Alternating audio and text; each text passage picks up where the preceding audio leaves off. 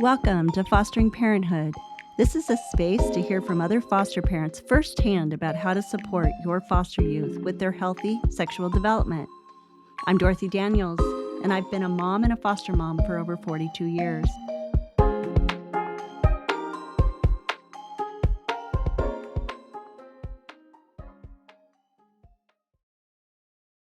Today, we are going to learn about the Bill of Rights.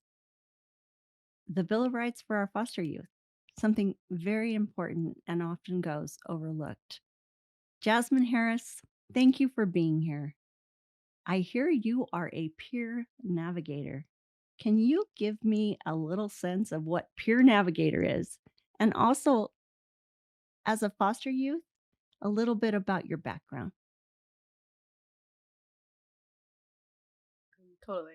My name is Jasmine Harris. I'm a former foster youth, and peer navigator is a term that I came across during my experience as an AmeriCorps member. And during that um, term, I was kind of tasked with figuring out what it is that I do and how to word that in a way that would let people know what I do. And so, as a young person working with other young people, peer was definitely at the center of what I do. I'm a peer advocate, peer mentor, peer leader. And then also that next piece was that navigator piece. And so navigating them around resources, navigating them with finding information, whether it's about their rights or about resources in their communities or whatever it may be, while also navigating life myself. And so just also sharing from my own personal and lived experience and just leading by example. And so, as a peer navigator, I think one thing that I really value is just being open and honest about where I am and what my experience is, but then also paying that forward and sharing it with my other peers. Wow, that's amazing. Thank you for the work you do because, we need more peer navigators, right? We have a lot of kiddos out there trying to navigate a really confusing world. And I think one of the things that we run into and often has as a challenge is that the families that they're staying with, the caregivers that take care of our youth, aren't really familiar with what those rights are. And so, especially when we talk about the healthy sexual development of our youth, there are so many pieces. I know right away. Okay. So, right away, as a caregiver, I need to ask you a question, Jasmine. So, my kiddos in my home love social media. Well, I'm old. Okay. I get that. All right. I mean, I get it. I'm not dead yet, but I'm there. So, they want social media. They want social media. I'm afraid of social media because to me, everybody on social media is a stranger, is a predator. They think it's a 15-year-old hot dude that surfs. And I'm thinking it's a, 50-year-old fat dude in his basement scratching his balls. I'm sorry, but that's the reality. So it's scary for me, right? It's scary for me. So can you help me with what are those Bill of Rights? What does that look like when it comes to technology? Yeah, that's a great question.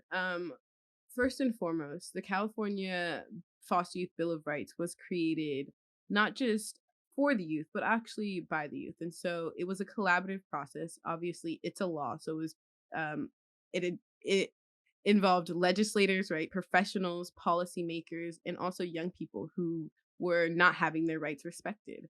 And so when we look at the rights of, have the right to a cell phone, a right to private phone time, right? Being able to make unsupervised phone calls and to be able to hold and host conversations with their friends or online. You're like, what is the other side of that? Or how do we protect our youth when that is a right that they have? I think is Absolutely. really what you're saying, right? Not not That's how do I not why is it a right, but how do I navigate that right? And so I think when we talk about healthy sexual development, I think that one, we talk about development, which is something that happens over time. So it's not just one conversation on social media safety, right? It's something that um, we have again and we practice and we might have to shift per youth, right? Because every youth is different. And that also might mean making specific guidelines for how they're engaging online. But I think a start of it is making sure that you guys are going into things open and supportive, or just even willing, right, to have these conversations. Versus, handing over the phone and don't do this, that, and whatever, versus, okay, like you have a phone now. You're getting older. Like, let's talk about what that means. And that's really healthy sexual development off of social media. We're talking about body parts and talking about relationships, right? Like, hey, you're starting to date. Let's talk about what that means. Hey, you're getting your period. Let's talk about what that means. And so I think when we talk about healthy sexual development or social media or foster youth rights, I think a huge part of it is, we're creating a home, we're creating a safe space, we're creating community, and we're also creating um, a space where we're not afraid to have conversations. We're not afraid to learn together. And I think transparency is something that is going to help us, both young people and caregivers or providers, throughout this process. Because Don't you think some of it it is a scary world out there, and it we're figuring it is. out together. It is, and as caregivers, all we're our main job, right, is to keep our kiddos safe. And if we hand them, something that opens the world to a scary place at times, and I'm going through this myself. I have 2 teenagers, and in a month and a half, both of them got themselves in pretty deep waters with social media. And we're talking pretty deep into, some of the chats and things like that, to the point of behaviors that were not even seen before. Well, I bought the devices, so legally I own them. So I could take them back, not in a punishment, but in a let's start over. Okay, let's erase, what happened. Okay, we both learned from it. Now, how can we do this safely? So how did you feel as a youth? Did that ever happen to you? Did you ever feel like your rights were being, abused, or maybe that's not the right word, so give me a better one, please, because I love how you navigate all the systems. Yeah, I mean, when we talk about rights being, abused or just not respected, it gets tricky, right? The language a lot of times is violated. Your rights were violated. Yeah. And that's kind of how you feel when your rights are not being respected. You feel pretty violated. And so I definitely have had experiences where I felt like my rights were not being respected, and prudent parenting was probably coming into play.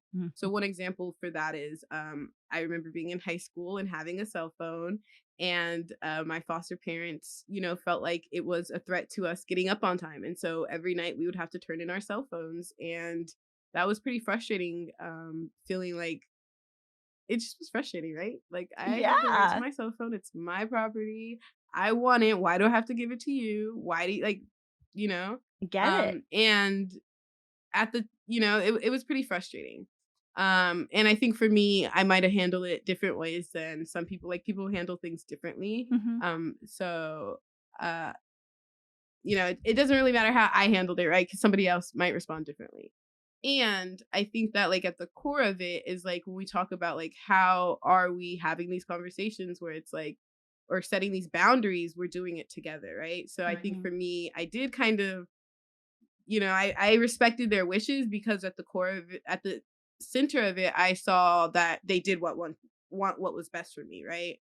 And so whether I agreed with it or not, I kind of submitted to um that request. And not every person is going to do that. So what does it look like in your home? It may be different. And so thinking about your young people, and you're like, I handed them this phone and now they're in the deepest hole. Maybe talking about how we can reground or reset. Thinking Absolutely. about how I entered social media. I did enter social media pretty young, and I entered it with my mother. So we actually set my first Facebook account up together. And I was actually, at the time, I was probably around like sixth grade. I think I was just the legal, like, I think the age is like 13 or you to get a Facebook. And so I was running for sixth grade representative, and she's like, you can have a Facebook. And it was a tool, right? Social Right. media is a great tool, Yeah. especially for foster youth when it comes to staying connected with their friends, their families, getting learning new interests, new jobs and hobbies that they could potentially pursue. I think that it's not about discouraging them from using social media or even the phone or whatever. It's about how do we empower them to make smart choices, to, well, and then what do smart choices mean, right? So I being love respectful to that. others, Yeah. making sure people are respectful to them, Yeah. and learning again, like you said, how to look at those pictures and be like, no, this is photoshopped, or this was screenshotted 12 times, and this is like, just right. Like No there's one signs, looks like and that there's in the real people who world. right, that's literally a Hollister ad. It says Hollister right there, right? So like how do we have these conversations and even have fun with it, right? We're laughing and learning together right now. And so I think it's creating those safe spaces, and it's hard and it's awkward, but I think part of it is also not being afraid of that. Um Life is awkward, and they say growth happens when we're uncomfortable. So I think, especially being the caregiver, and I know I've been around caregivers who want to be like this like role model by being perfect, but I think there's also a lot that can come from not being perfect, right? Mhm. Not being afraid to embarrass yourself a little or talk about that weird thing, or like, just get a little uncomfortable, because again, that's how we learn and grow. Absolutely. Hey, I said balls on a podcast. I mean, we all know that imperfection is, gosh, it's what makes us real. It's what makes us do what we do. And that is, and thank you for bringing that up, because that was one of the things that I used with my kiddos. It wasn't a discipline. I didn't say, hand me the phone, hand me the, it was, wow, this could have happened, or what do you see as being the problem, right? And then just kind of resetting, right? We just reset with new rules and a new guidance, and kind of doing it together and laughing through it, and that is exactly how we got through it. And I know when we deal with healthy sexuality too, a lot of our kids, they're going to doctors, right? And there's an age where they can go all by themselves. They have the right to birth control. They have the right to have those conversations. Could you talk a little bit about that? Yes. As young as the age of 12, Yes. young people have the right to private medical care, and that is also sexual reproductive health care. That is testing, that is actually anything around it, and it's not just it's receiving care, it's refusing care. They have the right to be leaders in and have that autonomy over their body. What does that mean, right? When we're talking about 12-year-olds potentially going to the doctor without you knowing, and or who knows what, right? I think it means we got to start having those conversations earlier. And I think that's what we should be doing, right? So even we all know the stages of development when we talk about, the first 5 years, and we know the grabbing phase and this and that, right? And it doesn't stop there, right? There's other phases. You have first crushes, and all these other pieces that lead up to, or that lead up to our that are a part of our sexual development. And so I think a part of any parenting, or any supporting the development of young people, is being comprehensive in that. And I know that it's really harder with foster youth, right? We're talking about a community that has highly mobile community, right? Moving a lot, just the placement changes and what that could look like impacting the growth. We know that there's high levels of sexual exploitation, sexual abuse, and they're highly sought after when it comes to just the world of traffickers, right? They are a vulnerable population. And so I think even because of that, it is so much more important that we are having these conversations with our foster youth, uh, as young as 12, before 12, after 12, when they're in your home. I don't want to say it's your job, because um people debate on what is the job of the home. I think one thing that we agree on is that we are to provide a resource, right? We're resource families, and we are hoping to help intersect some of the trauma that they're doing. And so how do we make sure that we are not further traumatizing them? I think it's slowly entering spaces where we together can create boundaries and learn and grow together. And so for a 12-year-old who may be receiving, whatever care alone, or whatever experiences they may be having, I think it's really important just to make sure that you are an active participant in your home, right? You're aware of what is going on energies wise, right? You're noticing when they're going straight into their room, or you're noticing changes in whatever it may be, and you're responding in a way that is I would say respectful, right? Don't freak out. It's okay because it don't freak out one because they have that right.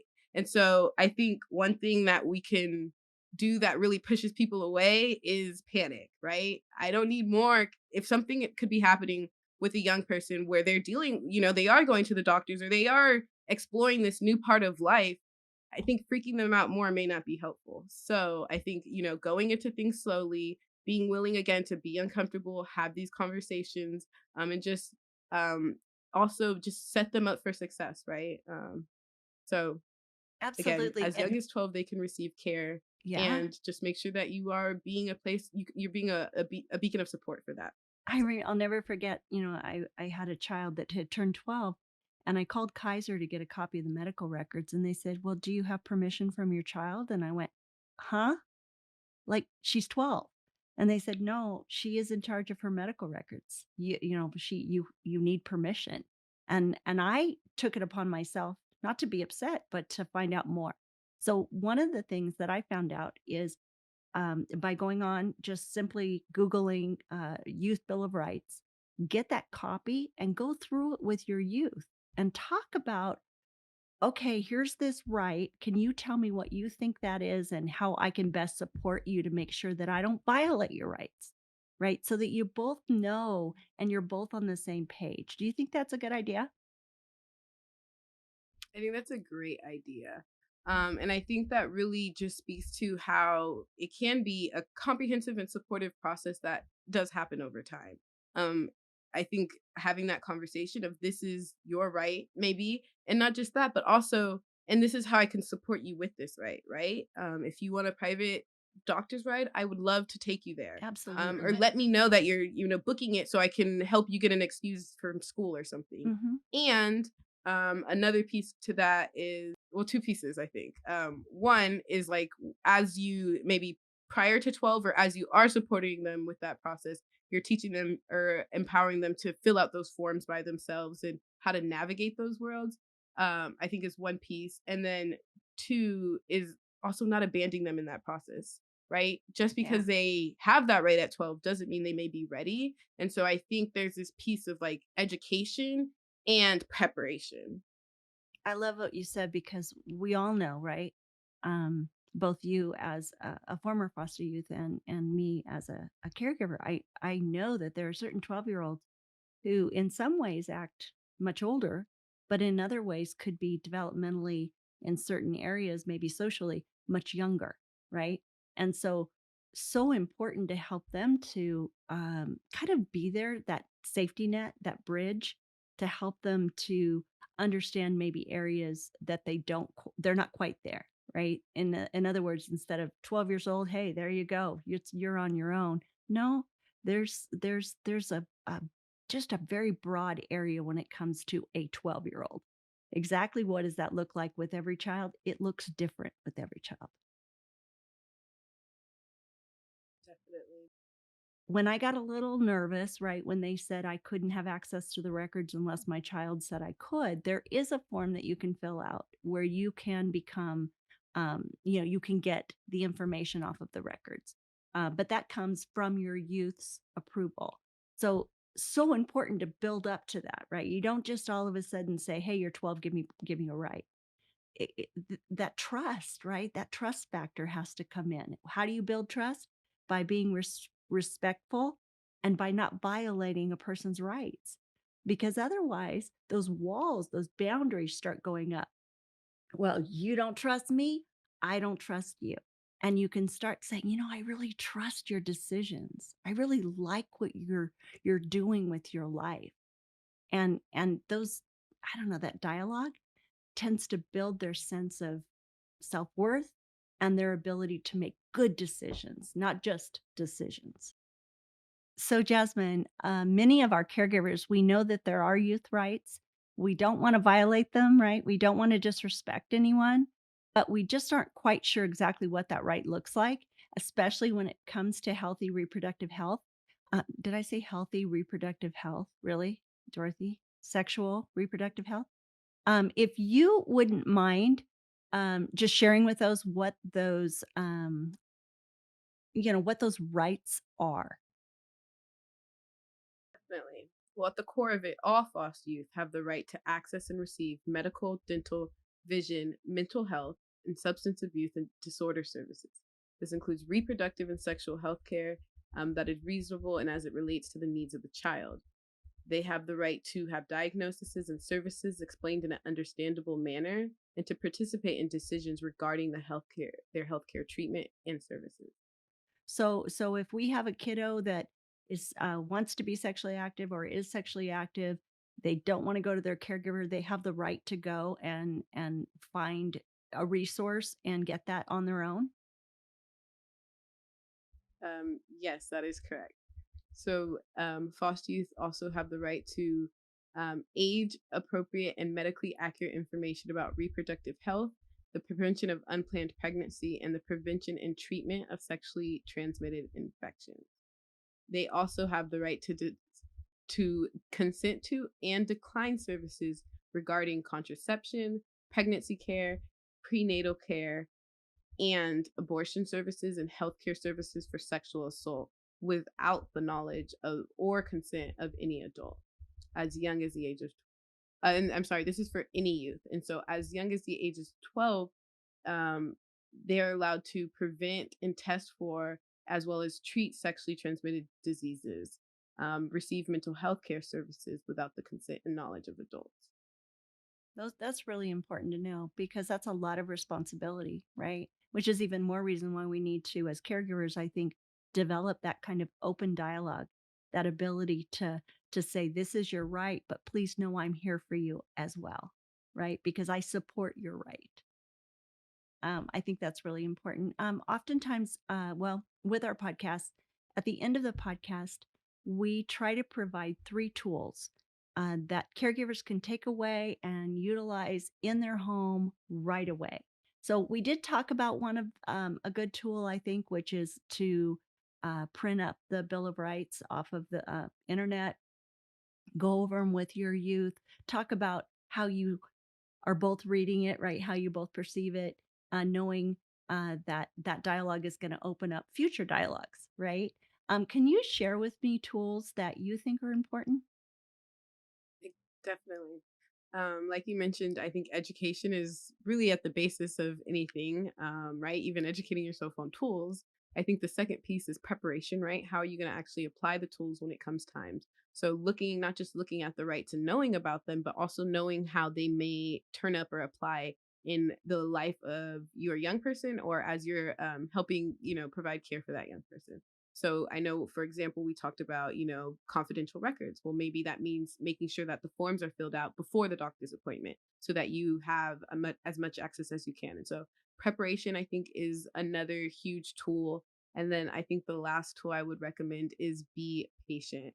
And just have grace. I think that these, like I said, can be very uncomfortable conversations, and people might not be willing to engage in it when you're ready to engage. And so I think be patient, keep that line open because young people will come back with questions when they need to, or they will know that you're a safe place to ask for help, or they will just really consider you an ally and a resource. So I think step one would definitely be making sure to educate yourself. Step two would be prepare, which is taking that education and putting it in the front line.